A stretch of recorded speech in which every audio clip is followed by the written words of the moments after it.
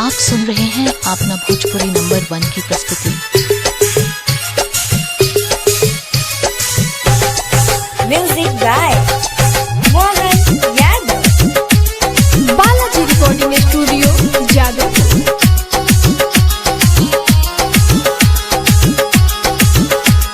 फेंक दो निशानी सारा प्यार वाला, फेंक दो निशानी सारा प्यार वाला, शादी भइल भइलू भतार वाला। फेंक दो निशानी सारा प्यार वाला, शादी भइल भइलू भतार वाला।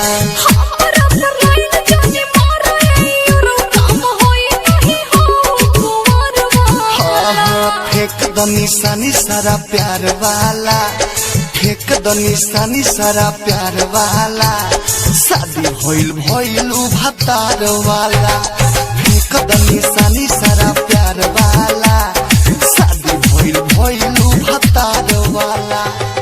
Presented by Videshi Lal entertainment. Music DJ Mohan. Balaji recording studio Jadavpur.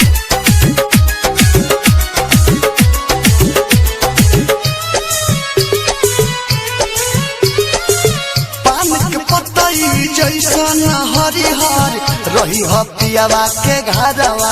आप सुन रहे हैं अपना भोजपुरी नंबर 1 की प्रस्तुति। हो पान के पतई जैसन हरिहर रही पियावा के घरवा में। कब कब मिलली हो हमरा से दूरी, ओई हो जब नहीं हरवा में।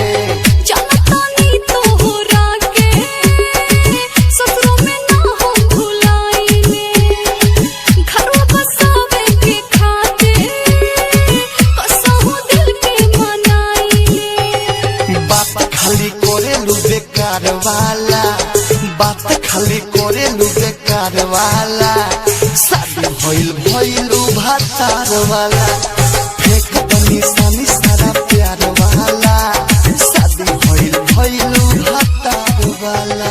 Presented by Videshi Lal entertainment. Music DJ Mohan.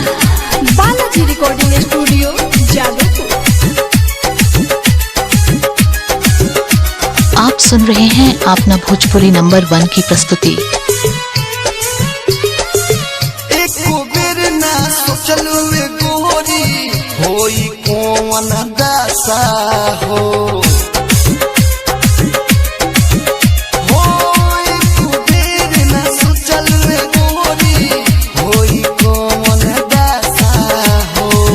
तोहरा के भुलावे हो खातिर करिल भारी भारी नशा हो। दूर कैसे ऐसन ना करी हो, भरला जवानी में ना मरी हो। यादों विदेशी और हाथ में जाम नहीं धरी हो। याद रखी हम मिलल पिछुआर वाला, याद रखी हम मिलल पिछुआर वाला, शादी भइल भइलू भतार वाला। फेंक दो निशानी सारा प्यार वाला, शादी भइल भइलू भतार वाला।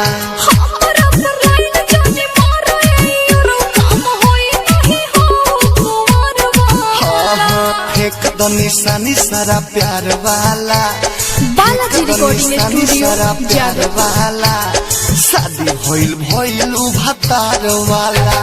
फेंक दो निशानी सारा प्यार वाला, शादी भइल भइलू भतार वाला। आप सुन रहे हैं अपना भोजपुरी नंबर 1 की प्रस्तुति।